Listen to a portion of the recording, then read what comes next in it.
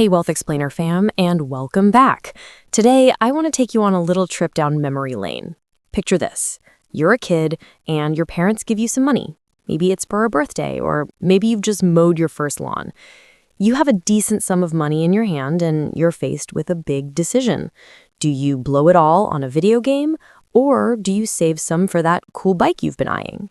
Most of us learned the hard way. We spent it all on the game, had a blast for a week, and then felt that familiar sting of regret. We had nothing left for the bigger, better thing we really wanted. It's a classic story, right? But as adults, we still fall into the same trap. We use our debit cards, buy things with a quick tap, and never really feel the money leaving our hands. It's too easy, too painless, and before we know it, we've overspent our budget for the month and have no idea where the money went. I see this all the time. You set a budget, you have a plan, and then life happens. You grab a coffee on the way to work, get takeout for dinner because you're too tired to cook, and pick up a few extra things at the grocery store that weren't on your list. These small, seemingly insignificant purchases add up, and before you know it, your budget is out the window. But what if I told you there's an old school trick that can help you with that? It sounds a little dated, even a little silly, but it works. I'm talking about the envelope trick. Now, don't tune me out yet. This isn't your grandma's budgeting method, and you don't have to live your whole life in cash. This is a targeted tool for a specific problem, stopping overspending in those tricky, unbudgeted categories. Here's how it works. Let's say you're a takeout fiend. And you know it. You've budgeted $200 a month for eating out, but you always seem to go over. Instead of using your debit card for those food delivery apps, what if you withdrew that $200 in cash at the beginning of the month and put it in a literal envelope labeled takeout? When you go to order that sushi on a Tuesday night, you have to go get the money from the envelope. You physically see and feel the cash leaving your hands. It's a psychological shift. You're not just tapping a card, you're making a conscious decision.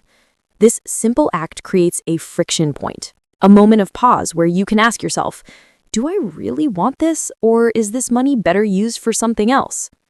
This method is so powerful because it makes your spending tangible. Let's say you have envelopes for groceries, entertainment, and gas. Once an envelope is empty, it's empty. You can't just transfer money from your savings account with a few taps on your phone. You have to wait until the next month to replenish that category. Now, you might be thinking, Sally, this sounds like a lot of work. Do I have to do this for my whole life? The answer is no, not at all. This isn't about living a cash-only existence.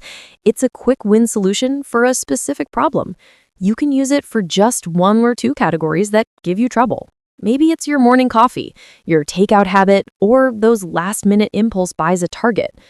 I used this method myself a few years ago when I noticed I was spending a crazy amount of money on rideshare apps. I set a budget, withdrew the cash, and kept it in an envelope in my wallet. The first time I went to get an Uber, I pulled out that envelope and saw the cash dwindle. I felt a pang of, ooh, I don't know if I want to use this right now. That small friction point was all it took. I started walking more, taking public transportation, and using the money in that envelope only when I truly needed a ride. Within a month, I cut my rideshare spending by more than half. The goal isn't to be a Luddite. It's to retrain your brain to be more mindful about spending.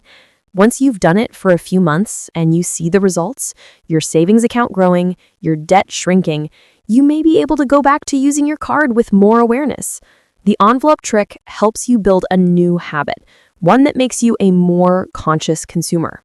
So here's your simple action step for today. Identify just one category where you tend to overspend. Maybe it's that morning coffee, your takeout habit, or the weekend entertainment fund. Next, decide on a reasonable amount you'd like to spend in that category for the month. Then go to the ATM, withdraw that exact amount, and place it in an envelope labeled with the category. For the rest of the month, only use the cash from that envelope for those purchases. When it's gone, it's gone. See how long the money lasts and how it feels to have that tangible limit. You might be surprised at how quickly it helps you get your spending back on track. It's a simple, old-school trick, but it still works because it connects you with your money in a way that swiping a card just can't. It turns an abstract number on a screen into a tangible, finite resource. That's all for today, folks. Thanks for listening. For more smart, quick-win financial tips, be sure to head over to wealthexplainers.com. We'll see you next time.